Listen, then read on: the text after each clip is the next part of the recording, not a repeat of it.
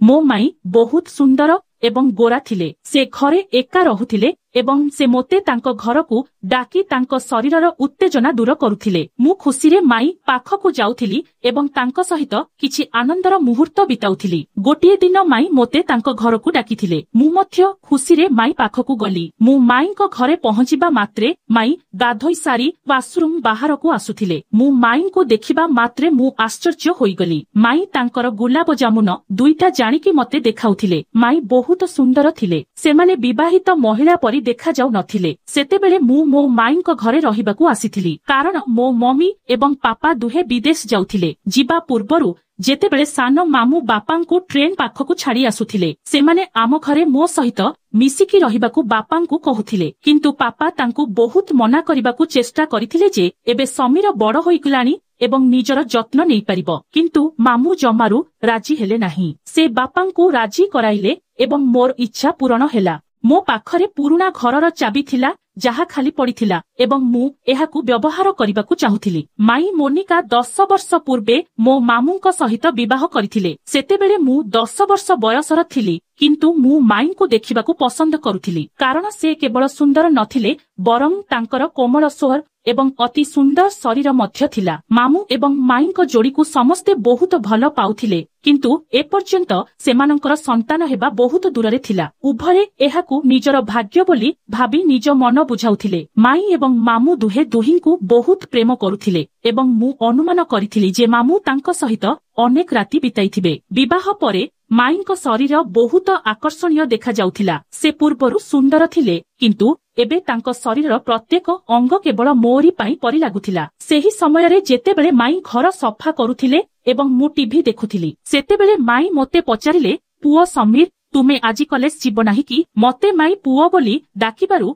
मु खराब अनुभव करी कहिली ना माई परीक्षा सरीगला तेणु 1.5 मास छुट्टी अछि। माई मुंड हलाई नई पड़ी टेबुल रे कपड़ा मारिबा आरंभ करिदेली किंतु माई को एसबु देखि मु बुझी पारिली नाही जे कोन करिबी एवं कोन न करिबी। माई को घर को आसीबार 2 दिन बीतीगला। राति रे टेबुल रे बसी खाउथिबा बेले मामू माई को कहिले जे तांकू 20 दिन पई लाहोर जिबाकू पड़िबो। जदि तांकू अधिक दिन पई बाहर को जिबाकू पड़े तेबे से माई को सांगरे नहीं जाइथांते किंतु एथर मु माई को पाखरे थिली तेणु से एका जीवाकू पसंद कले। मु माईंकर दिनचर्या एवं तांको अभ्यास को बहुत भल भाबरे अध्ययन करिथिली। मु देखिली जे से बहुत चाहा पिउथिले एवं से चाहारे बहुत क्षीर पकाउथिले एवं मोर पैकेट क्षीर पीबार अभ्यास थिला। परदिन आमे सांग माने परस्पर सहित मजा करुथिलु एवं मु जे अजथा कथा कहुथिली ताहा बहुत खराब थिला। मोर कथाबार्ता सुनी माई बहुत आश्चर्य होइगले। तापरे से मते तांकर स्वर देई तांकर उपस्थिति अनुभव कराइबाकू चेष्टा कले। म्यूजिक जोगु मु किछि सुनी पारिली नाही। से बहुत समय पर्यंत मोर अभद्र कथा सुनुथिले एवं तापरे उठी तांको रूमकू गले। संध्यारे मु मो बंधु मानक सहित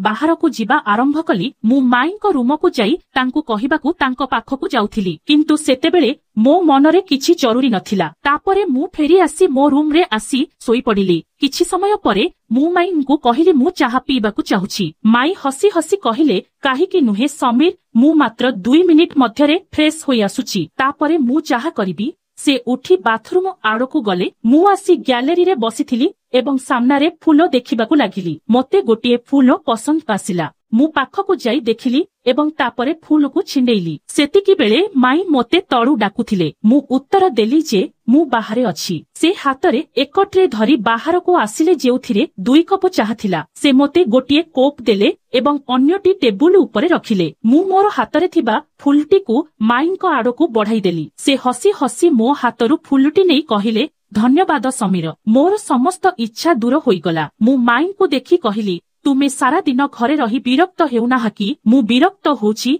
चालू केउठाकू बुली जिबा। माई कहिले ना समीर मु केवल तुम माँ एवं मामूंक सहित सबुठिकू बुली जाए किंतु सेमानंक बिना मु कोनोसी स्थान को जाए नाही। मु चुपचापुचा पीबा आरंभ कली एवं रात्रि भोजन परे मु एक सिनेमा लगेइली एवं एहाकू देखिबाकू बसिली। माई मध्य आसी मो पाखरे बसी सिनेमा देखिबाकू आरंभ कले। जेतेबेले माई देखिले जे एहा सेही समान बाजे सिनेमा जहा विषयरे मु अपराह्नरे सांगमानंक सह कहुथिली। से कहिले सेथिपाई तुमे एसबु गाली एवं बाजे कथा एठारू शिखुछ। से कहिले समीर एहा बहुत खराब जिनिस तुमे एगुड़िक देख नाही तुमे बहुत खराब भाषा व्यवहार करुछ मोर लज्जारे झाल बाहरिबाकु लागिला माई पुणी कहिले जे मु तुम उपरे नजर रखिबा पई तुम बापांक सह कथा हेबी मु माई को कहिली मु भूल करिछि माई दया करी मते क्षमा करि दियो किंतु मु कोन करिबी आजिकाली समस्त पुओ माने एपरी सिनेमा देखंती मते मध्य तमकु एहार उत्तर देबाकु पड़िबो तापरे मो मुहरु किछि खराब कथा बाहरी आसिला मो कथा सुनी माई हसिबाकु लागिले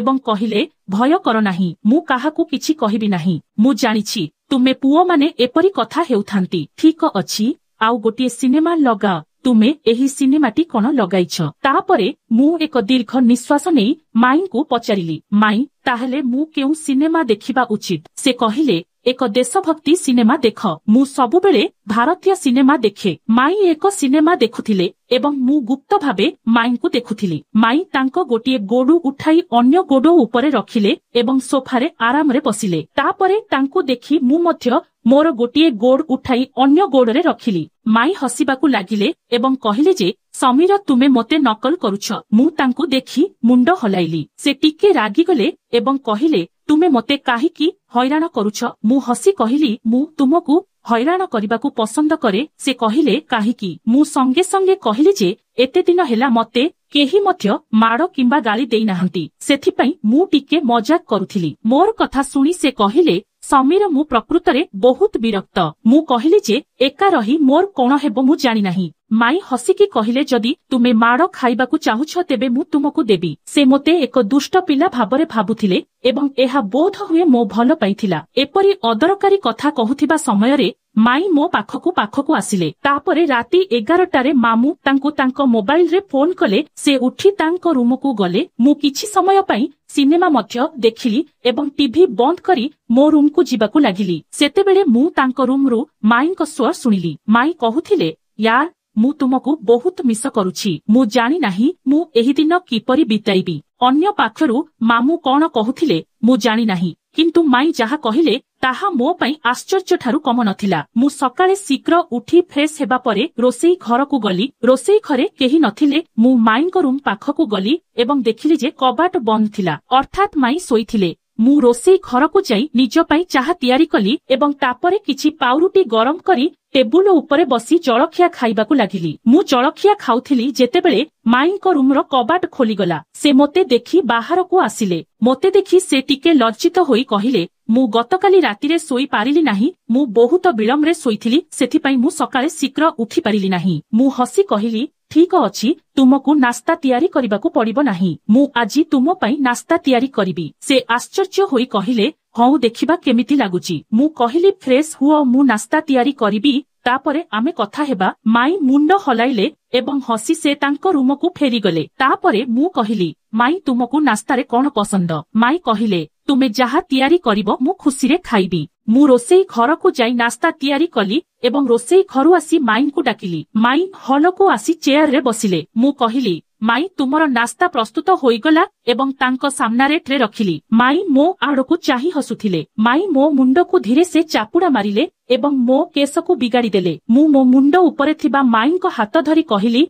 माई तुमे मो हेयर स्टाइल बिगाड़ी देइछि माई प्रेमरे मो गालरे हालुका चापुड़ा मारी कहिले किछि बिगाड़ी नाही आराम रे बसी नास्ता कर माई नास्ता करी कहिले बहुत धन्यवाद समीर चालो आमे दुहे प्रकृत बंधुता करिबा आजी बहुत दिन परे मु एही परी हसुछि एवं एते भलो नास्ता खाइछि मु मुह को फुलेई कहिली कोन हेला माई मु तुमर कोन बंधु नुहे माई मो गाल को चिमुटी देई कहिले तुमे बंधु किंतु तमे मोर भणजा मध्य चालो आजी प्रकृत बंधुता करिबा मु मो गाल को घसी कहिली आंटी मानंकु बंधु कले एई काम मते भलो लागे नाही कारण गाल को सबु बेले चिपंती माई हसिबाकू लागिले एवं तांको दुई हाथ मो कान आड़को बढ़ाइले तापरे मु दौड़िबाकू लागिली माई हसी मो पछरे दौड़िबाकू लागिले तापरे माई मते मारिबा पई गोड़ेइले तापरे मु अटकी गली ଏବଂ ମୁଁ ତାଙ୍କ ପାଖକୁ ଯାଇ କହିଲି କଣ ହେଲା ମାଇଁ। ତାପରେ ସେ ତୁରନ୍ତ ଠିଆ ହୋଇ ମୋ କାନକୁ ଚିମୁଟି ଦେଇ ହସିବାକୁ ଲାଗିଲେ। ମୁଁ କାନ୍ଦିଲା ପରି ମୁହଁ କରି ତାଙ୍କୁ ଜାବୁଡ଼ି ଧରି ପକାଇଲି ଓ କହିଲି ତୁମେ ବହୁତ ଭଲ ମାଇଁ। ମୋତେ ହସି ହସି ଚାହିଁଲେ ଏବଂ ସେ ମୋତେ ଗେଲରେ ଚିମୁଟି ପକାଇଲେ। ସେ ମୋତେ ଭଲ ପାଇବା ଆରମ୍ଭ କଲେ ଏବଂ କହିଲେ ଠିକ ଅଛି ମୁଁ ମୋର ଲୁଗା ଚେଞ୍ଜ କରି ଆସୁଛି ଏବଂ ତାପରେ ମୋତେ ବଜାରରୁ ସେହି ଜିନିଷ ଆଣିବାକୁ ପଡ଼ିବ କହି ମୁଁ ବାହାରକୁ ଗଲି। ସେଇଟା ମାର୍କେଟରୁ ଆଣିଲି ଏବଂ ମୁଁ କହିଲି ଠିକ ଅଛି ମୁଁ ମଧ୍ୟ ବଦଳାଇ ଆସୁଛି। ତାପରେ ହସି ହସି ମାଇଁ ମୋ କାନ୍ଧରେ ଧୀରେ ସେ ଚାପୁଡା ମାରି କହିଲେ ସମୀର ଟିକେ ଲାଜ କର। ମୁଁ ଆଶ୍ଚର୍ଯ୍ୟ ହୋଇ ପଚାରିଲି କାହିଁକି? ମୁଁ କହିଲି ମାଇଁ ଜୀବନରେ କିଛି ମଜା କରିବା ଉଚିତ ନଚେତ୍ ତୁମେ ସାରା ଜୀବନ ଏମିତି ଭାବି ହେଉଥିବ। ମାଇଁ ପ୍ରଥମେ ମୁଁ କଣ କହିଲି ତାହା ବୁଝିପାରିଲେ ନାହିଁ, କିନ୍ତୁ ଯେତେବେଳେ ସେ ବୁଝିଲେ ସେ ତାଙ୍କର ଜୋତା କାଢି କହିଲେ ସମୀର ଟିକେ ତ ଲାଜ କର। ତାପରେ ସେ ତାଙ୍କ ରୁମ୍ ଭିତରକୁ ପଳେଇଗଲେ। କିଛି ସମୟ ପରେ ମୁଁ ରୁମ୍ରୁ ବାହାରକୁ ଆସି ସୋଫାରେ ବସି ଟିଭି ଦେଖିବାକୁ ଲାଗିଲି। କିଛି ସମୟ ପରେ ମାଇଁ ମଧ୍ୟ ବାହାରକୁ ଆସିଲେ। ଯେତେବେଳେ ସେ ବାହାରକୁ ଆସିଲେ ମୋର ନିଶ୍ୱାସ ବନ୍ଦ ହୋଇଗଲା ପରି ଲାଗିଲା। ଧଳା ଟାଇଟ୍ ସାର୍ଟ ଏବଂ ଜିନ୍ସ ପିନ୍ଧିଥିବା ମାଇଁଙ୍କୁ ଦେଖି ମୁଁ ପଚାରିଲି ମ୍ୟାଡାମଙ୍କ ଉଦ୍ଦେଶ୍ୟ କଣ? ମାଇଁ ପ୍ରଥମେ ନିଜକୁ ଚାହିଁଲେ ତାପରେ ମୋତେ ଚାହିଁ ଆଶ୍ଚର୍ଯ୍ୟ ହୋଇ କହିଲେ କାହିଁକି କଣ ହେଲା? ମୁଁ କହିଲି ମାଇଁ ତୁମେ ଯେତେବେଳେ ବାହାରକୁ ଯାଅ ଲୋକମାନେ ନିଶ୍ଚୟ ତୁମକୁ ଦେଖୁଥିବେ। ମାଇଁ ହସି ହସି କହିଲେ ସମୀର ଟିକେ ଲାଜ କର। ମୁଁ ତୁମର ମାଇଁ। କିଛି ସମୟ ନୀରବ ରହିବା ପରେ ମାଇଁ ମୋ ପାଖକୁ ଆସି ପଚାରିଲେ ତୁମର ପ୍ରକୃତରେ କୌଣସି ପ୍ରେମିକା ଅଛନ୍ତି କି ନାହିଁ? ମୁଁ ତାଙ୍କୁ ଚାହିଁ କହିଲି ମୁଁ ତୁମ ପରି ସୁନ୍ଦରୀ କୋଉଠି ପାଇଲି ନାହିଁ, ନଚେତ୍ ମୁଁ ତାକୁ ମୋର ଜୀବନ ସାଥୀ କରିଦେଇଥାନ୍ତି। ମାଇଁ ହସି କହିଲେ ମୁଁ ତୁମକୁ ପସନ୍ଦ ଲାଗେ କି ନାହିଁ? ତାପରେ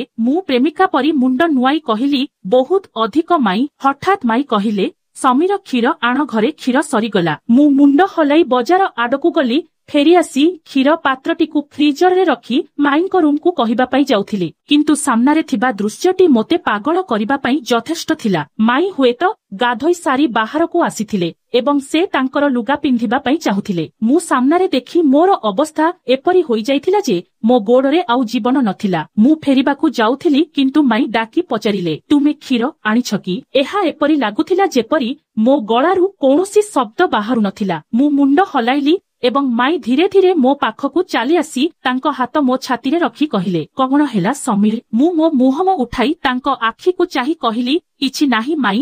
ମାଇଁ ମୋ ଆଖିକୁ ଚାହିଁ କହିଲେ ସମୀର ସତ କୁହ ତୁମେ ମୋ ସାମ୍ନାକୁ ଏମିତି ଆସିବା ଭଲ କି? ମୁଁ କହିଲି ମାଇଁ ମୁଁ ଜାଣି ନଥିଲି ତମେ ଏହିପରି ଅବସ୍ଥାରେ ଥିବ ବୋଲି। ଯଦି ମୋର ଭୁଲ ହୋଇଛି ତାହେଲେ ମତେ କ୍ଷମା କରିଦେବ। ମାଇଁ ଏକ ଗଭୀର ନିଶ୍ୱାସ ନେଇ ମୋତେ ଚାହିଁଲା ଯେପରି ମୁଁ ପାଗଳ। ତାପରେ ସେ ତାଙ୍କ ପଲଙ୍କରେ ଗୋଟିଏ ପାର୍ଶ୍ୱରେ ବସି କହିଲେ ମୋ ପାଖକୁ ଆସି ଏଠାରେ ବସ। ମୁଁ ଧୀରେ ଧୀରେ ଗଲି। ମୁଁ ତାଙ୍କ ପାଖରେ ବସିଲି। ସେ ମୋ ହାତ ଧରି ତାଙ୍କ ଗୋଟିଏ ହାତରେ ରଖିଲେ ଏବଂ କହିଲେ ସମୀର ଜଣକୁ ଯେତେବେଳେ ଯାହା ମିଳିଥାଏ ତାର ଫାଇଦା ଉଠେଇବା ଉଚିତ।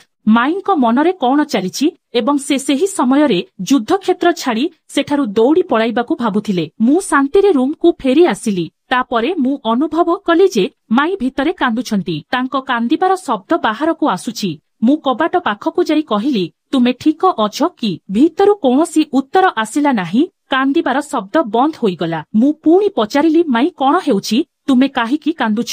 ଭିତରୁ ଏକ ସ୍ୱର ଆସିଲା ସମୀର ମୁଁ କିଛି ସମୟ ପାଇଁ ଏକା ରହିବାକୁ ଚାହୁଁଛି। ସେ ମୋତେ ମୋ ରୁମକୁ ଯିବା ପାଇଁ କହିଲେ। ମୁଁ କହିଲି ତମେ ଠିକ ଅଛ ତ?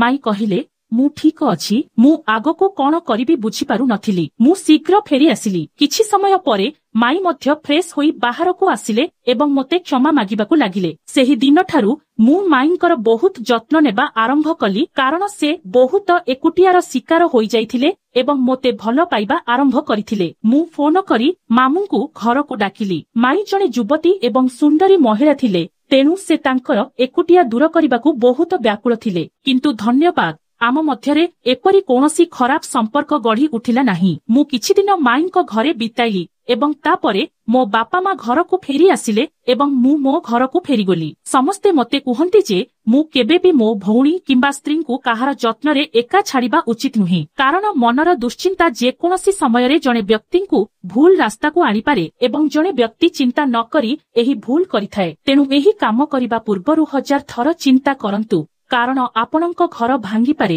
ପୁରୁଷମାନଙ୍କୁ ଅନୁରୋଧ କରାଯାଇଛି ଯେ ସେମାନେ ତାଙ୍କ ଭଉଣୀ କିମ୍ବା ସ୍ତ୍ରୀଙ୍କୁ କାହାର ଯତ୍ନରେ ଛାଡ଼ିବେ ନାହିଁ। ତେଣୁ ବନ୍ଧୁଗଣ, जदि आपणकु एही कहानी पसंद आसी थाए तेबे वीडियो को लाइक करंतु एवं चैनल को सब्सक्राइब करंतु एवं घंटी आइकन को क्लिक करंतु। धन्यवाद।